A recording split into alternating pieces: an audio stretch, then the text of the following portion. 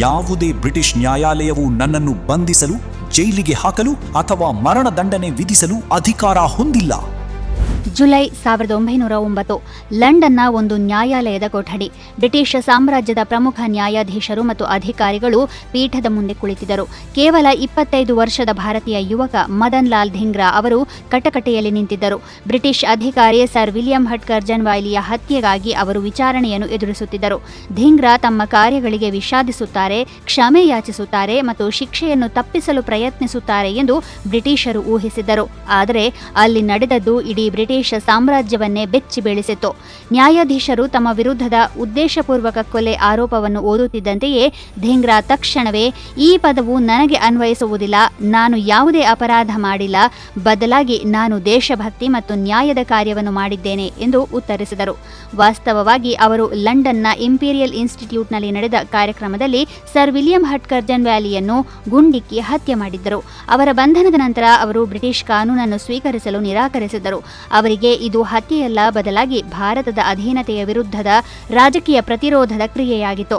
ವಕೀಲರ ಸಹಾಯ ಪಡೆಯಲು ಧಿಂಗ್ರಾ ನಿರಾಕರಿಸಿದರು.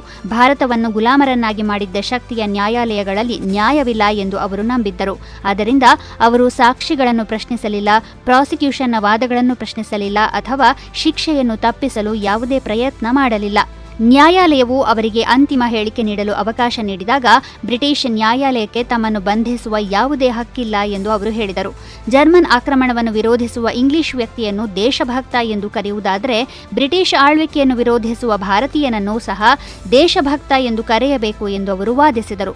ಬ್ರಿಟಿಷರು ಭಾರತವನ್ನು ಶೋಷಣೆ ಮಾಡುತ್ತಿದ್ದಾರೆ, ಕ್ರಾಂತಿಕಾರಿಗಳನ್ನು ಗಲ್ಲಿಗೇರಿಸುತ್ತಿದ್ದಾರೆ ಮತ್ತು ಭಾರತದ ಜನರ ಮೇಲೆ ದಬ್ಬಾಳಿಕೆ ಮಾಡುತ್ತಿದ್ದಾರೆ ಎಂದು ಅವರು ಆರೋಪಿಸಿದರು.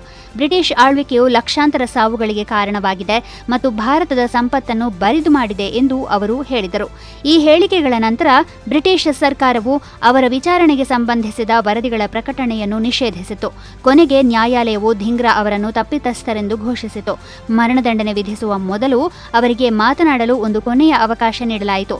ಧಿಂಗ್ರಾ ಮತ್ತೊಮ್ಮೆ ನ್ಯಾಯಾಲಯದ ಅಧಿಕಾರವನ್ನು ತಿರಸ್ಕರಿಸಿದರು ಮತ್ತು ಶಿಕ್ಷೆಯನ್ನು ಭಯವಿಲ್ಲದೆ ಸ್ವೀಕರಿಸಿದರು. ಆ ಲಂಡನ್ ನ್ಯಾಯಾಲಯದಲ್ಲಿ ಅವರು ತೆಗೆದುಕೊಂಡ ನಿರ್ಭೀತ ನಿಲುವು ಭಾರತದ ಸ್ವಾತಂತ್ರ್ಯ ಹೋರಾಟದ ಅಮರ ವೀರರಲ್ಲಿ ಅವರ ಸ್ಥಾನವನ್ನು ಶಾಶ್ವತವಾಗಿ ಭದ್ರಪಡಿಸಿತು.